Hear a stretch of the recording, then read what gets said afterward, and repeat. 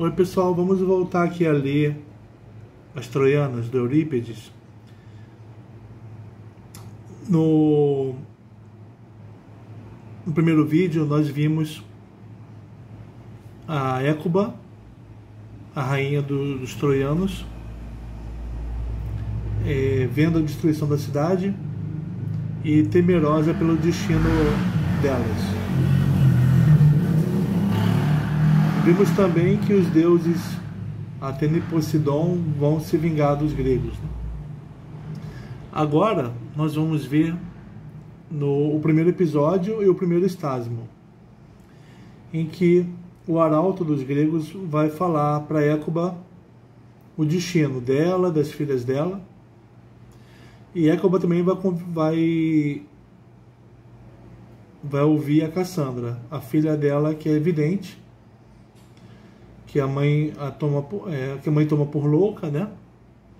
Mas a Cassandra vai falar o destino dela própria e também o destino funesto do Agamenon e do Odisseu.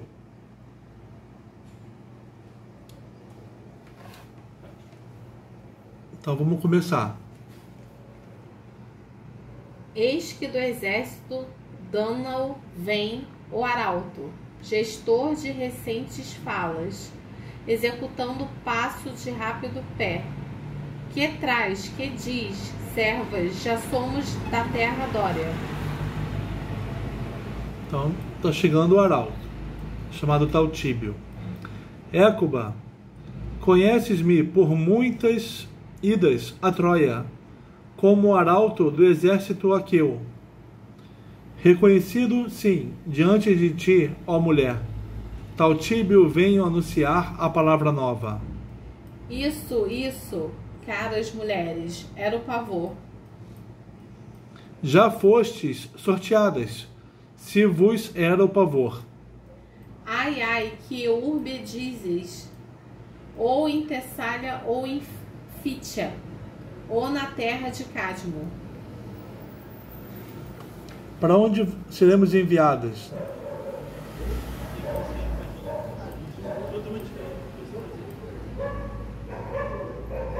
Sorteou-se cada uma de vós, não o lote. Quem coube a quem? Boa sorte espera que troiana. Sei, mas diz cada uma, não todas juntas. Ora, diz quem obteve minha filha mísera Cassandra. O rei Agamenon a teve escolhida.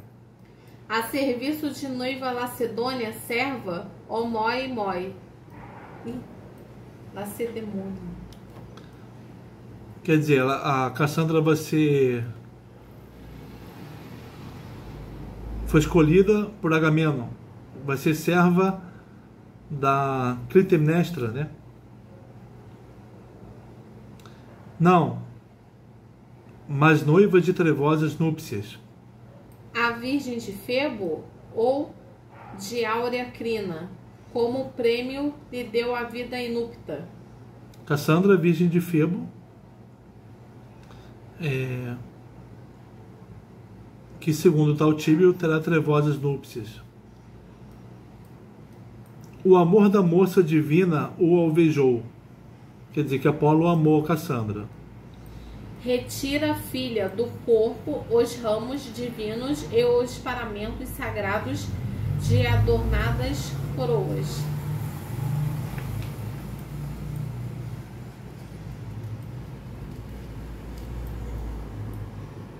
Não é grande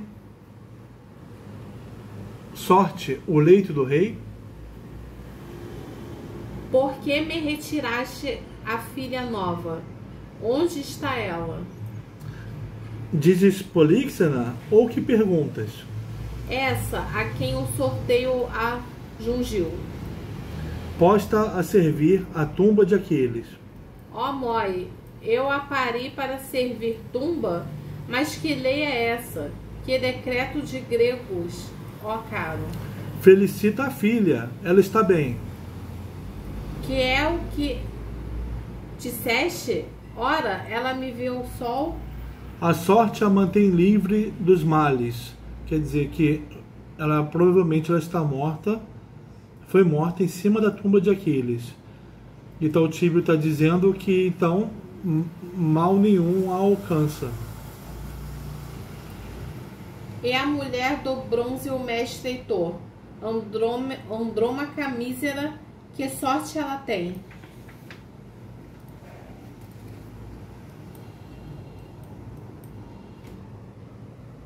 O filho de Aquiles a teve escolhida. A quem sirvo eu que na mão velha necessito do terceiro pé do bastão. O rei de Ítaca, Odisseu, teve-te serva. Golpeia a cabeça raspada, sulca dupla face com unhas. E ó, mói, coube-me servir abominável varão doloso. Hostil à justiça, fera fora da lei, que tudo revira de lá para cá, e ao contrário, aliás, para lá, com dúplice língua, tornando antigos amigos inimigos. Chorai-me, troianas, parti malsinada, fui, mísera me tocou o lote de má sorte. Então Odisseu, que é considerado pelos troianos um dos mais cruéis gregos, ele que é o de 1000 tramas, ela vai ficar com a Écuba, e ela está lamentando isso.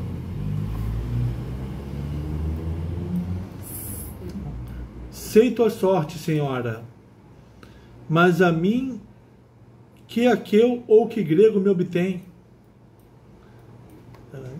É outro tipo de novo. Servos, ide, trazei aqui Cassandra o mais rápido, para que ao estratego a leve em mãos, e depois aos outros.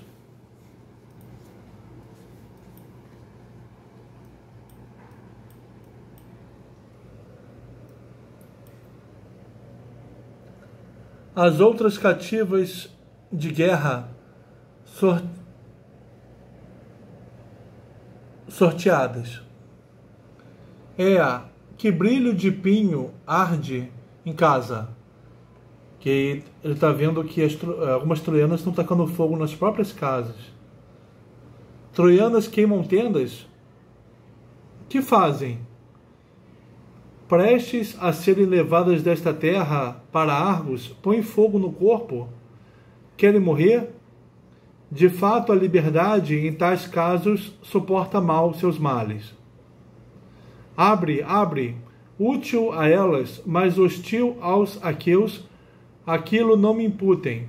Então quer dizer que a liberdade, o maior mal para a liberdade, obviamente, é a falta da liberdade, né? E elas não suportam isso, estão querendo fugir da servidão, o que é útil para elas, mas para os aqueus, não.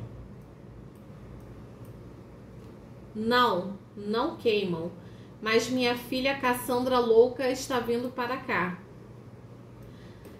Acima adiante leva a luz, venero flamo.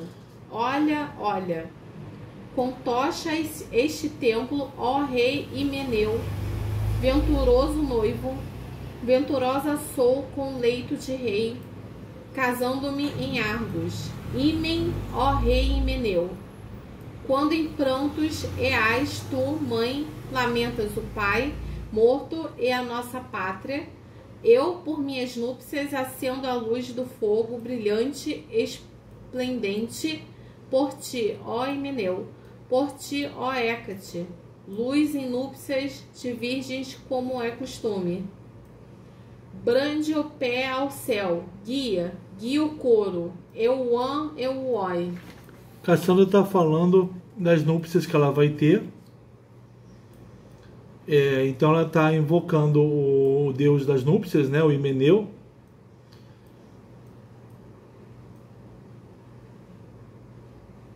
Está reparando na mãe, que chora pelo pai dela e pela pátria.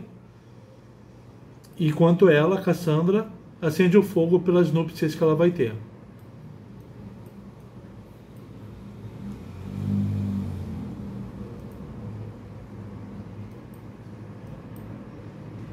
Vai.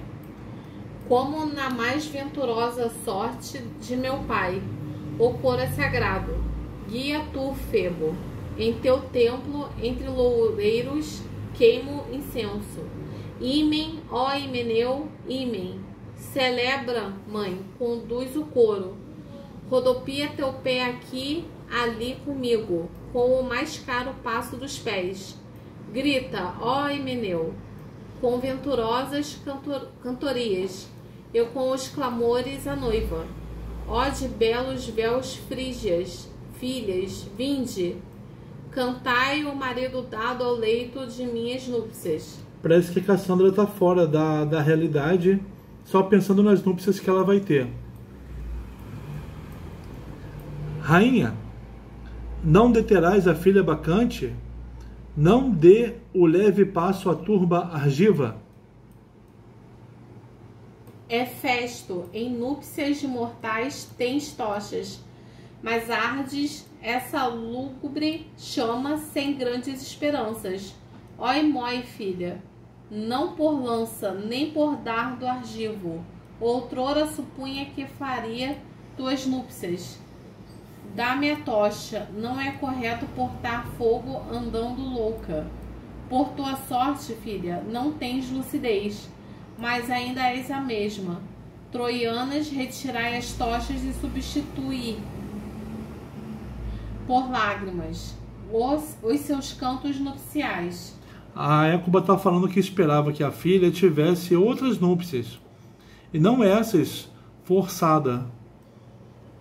Então está querendo que a filha que segura uma tocha dê a tocha à mãe, e pare de fazer o ritual pré-nupcial.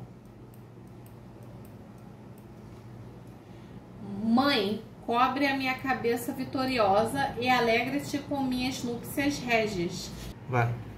E segue ainda que isso não te anime. Empurra a força, pois se Elóxias vive, terá núpcias mais duras que Helena, o ímpeto rei de Aqueus Agamenon. A Cassandra está falando para a mãe se animar, porque o Agamenon, que vai ficar com ela, Cassandra, vai ter núpcias duras. Eu matarei e pilharei o seu palácio em punição por meus irmãos e pai. Mas omitirei, não inearemos lâmina que virá ao pescoço meu e dos outros. Jogos matricidas, institutos de minhas núpcias, e ruína do palácio de Atreu. Mostrarei esta urbe mais venturosa que os aqueus. Por Deus, sim, mas tão fora estarei da festa de Baco. Por uma só mulher e uma só Cipres, a caça de Helena mataram 10.000. O hábil estratego em prol de inimigos destruiu os seus, ao dar os prazeres dos filhos ao irmão, pela mulher levada de bom grado e não à força. Ao irem às bordas de Escamandro, morreram não por fronteiras da terra, nem por torres pátrias, que Arispilha não viram filhos, nem tiveram vestes de mãos de esposas e jazem em terra estranha. Ela está falando, Cassandra, primeiro falou o que vai acontecer, que o Agamenon vai ter um destino ruim, e ela própria, Cassandra, vai se matar, mas que dores ainda piores, dores também muito ruins, né, sofreram os aqueus por causa do Agamenon, que afastou os gregos de suas famílias, os fazendo morrer na guerra e serem enterrados em Troia, sem cuidados familiares.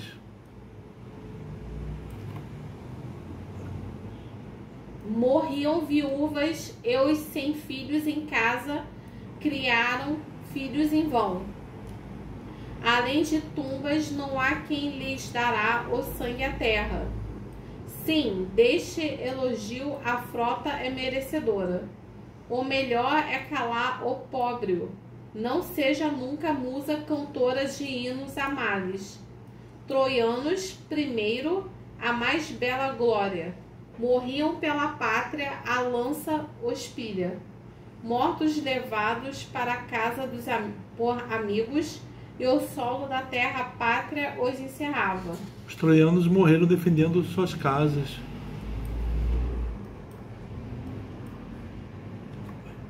Vestidos pelas mãos dos que deviam. Seus frígios não morriam na batalha, viviam todo dia com a mulher e filhos e com aqueles que não têm os prazeres. Ouve como são as aflições de Heitor. Visto como varão exímio, morto se foi, e a chegada dos aqueus promoveu isso. Se ficasse em casa, não se veria nobre. Paris desposou filha de Zeus. Sem isso, teria em casa um casamento silencioso. Deve evitar a guerra quem pensa bem. Mas se vem coroa não má para a urbe, é morrer bem. Não, mas se não bem, infame. Por isso, mãe, não deve chorar a terra, nem as minhas núpcias, pois destruirei os meus inimigos com as minhas núpcias. Se não tivesse acontecido a guerra, os aqueus teriam vivido bem, e os troianos também.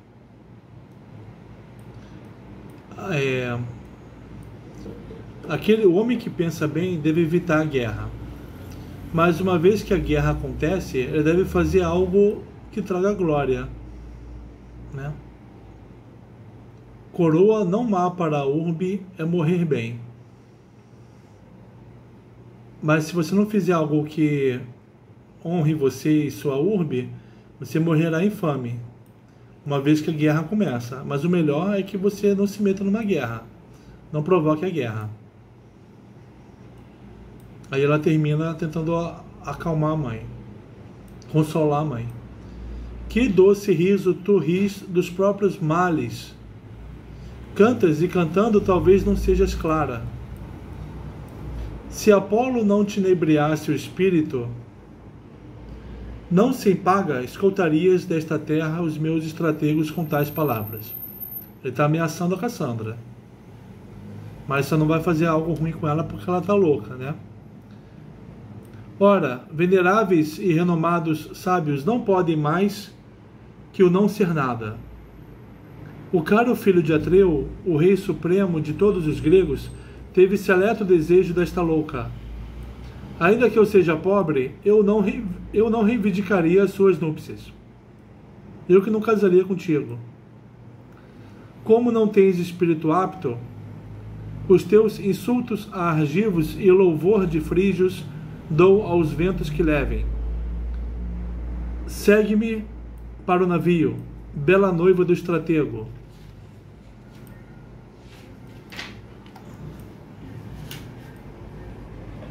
Agora ele vai falar diretamente para Écuba. Tu, quando o filho de Laertes, Odisseu, quiser levar-te, segue-o. Servirás a prudente mulher, como dizem os vindos a Ilion. Terrível servidor, que nome arautos tem, único ódio comum aos mortais, os imediatos de soberanos e de urbes. Tu dizes que minha mãe irá ao palácio de Odisseu, e as palavras de Apolo, que interpretadas me dizem que ela morrerá aqui? Não repreenderei mais.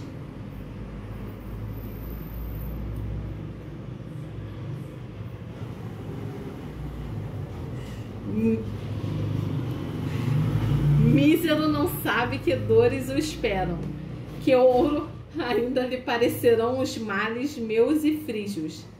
Completos 10 anos, além destes 10, a sós chegará à pátria, onde achará males dignos de gemidos. Do regresso afastará a guardiã insone, né? Que em estreito canal de pedra reside terrível Caríbides, o crudívero montês Cíclope, a lígure Circe, transmutadora em porcos, naufrágios no salino mar, amores de Loto, as vacas sacras do sol. Ela um dia terão nas carnes sangrentas voz acerba a Odisseu. Para ser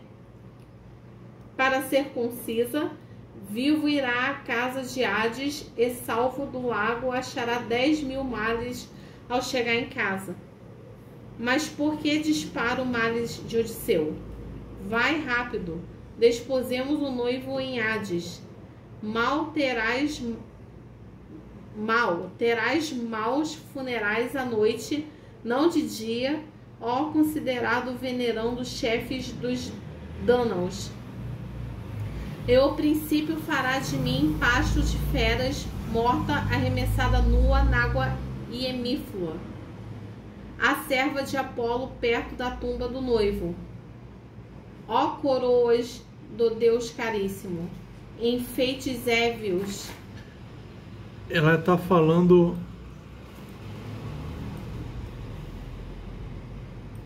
do que vai acontecer com Odisseu,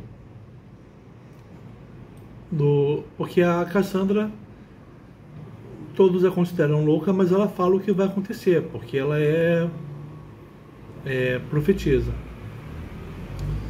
Então está falando de tudo que o Odisseu vai sofrer, que nós vimos na Odisseia, e está falando também o que vai acontecer com ela própria, né? Que será morta e lançada ao precipício.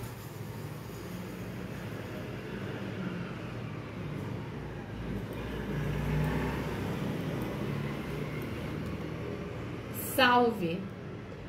Deixei festas em que me enfeitava, ide lacerados do meu corpo ainda puro, dou que o levem as auras, ó rei adivinho.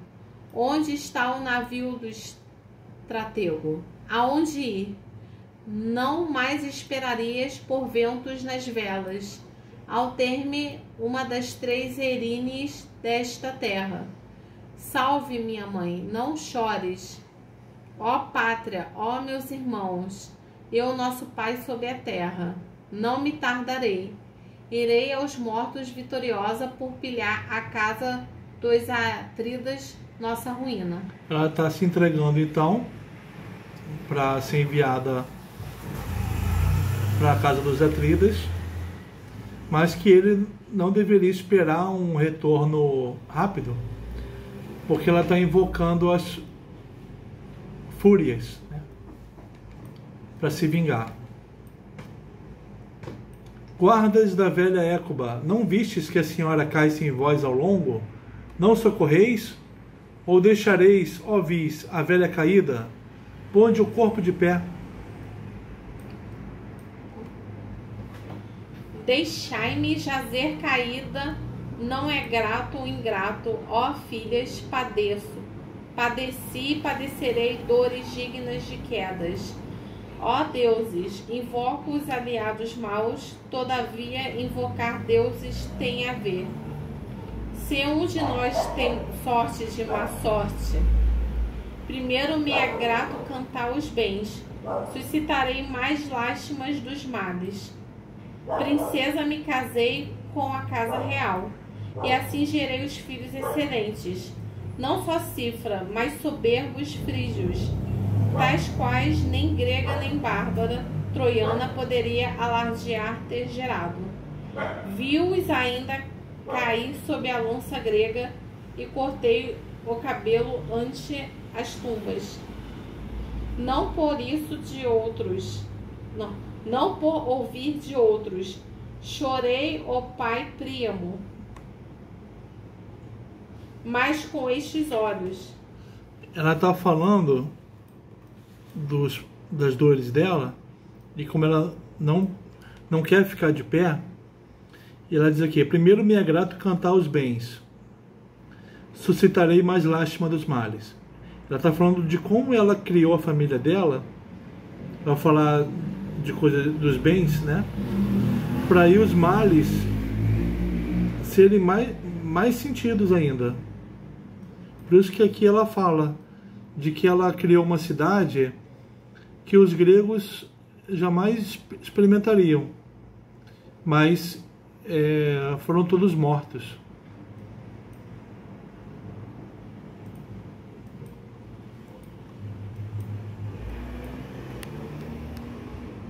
Viu junto à pira da cerca imolado, e a urbe pilhada. Está falando que viu o primo morto. Filhas que criei para escolhida a avaliação de noivos, criei para outros, tiradas dos braços. Não há esperança de que me vejam elas, nem de que eu as veja um dia. Por fim, o friso de míseros males, servo ancião partirei para a Grécia. O mais difícil para minha velhice me imporão a mim, mãe de Heitor, ou servas de portas vigiar as trancas, ou fabricar pães e após régios leitos, deitar no chão as recurvadas costas sobre a pele gasta, os mantos gastos lacerados, infames para os opulentos. Ai, mísera de mim, por únicas núpcias de única mulher que tive e que terei. Ó filha, ó Cassandra, Bacas divina, em que dia perdeste a virgindade? Tu, ó pobre Políxena, onde estás? Dos muitos filhos, nenhum rebento, macho ou fêmeo, vale esta pobre? Por que me ergueis? Que esperanças? Levai o pé, outrora belo em Troia, agora serviu ao catre, ao réis do chão, e a mantra pétrea, para cair e morrer, debulhado em pranto.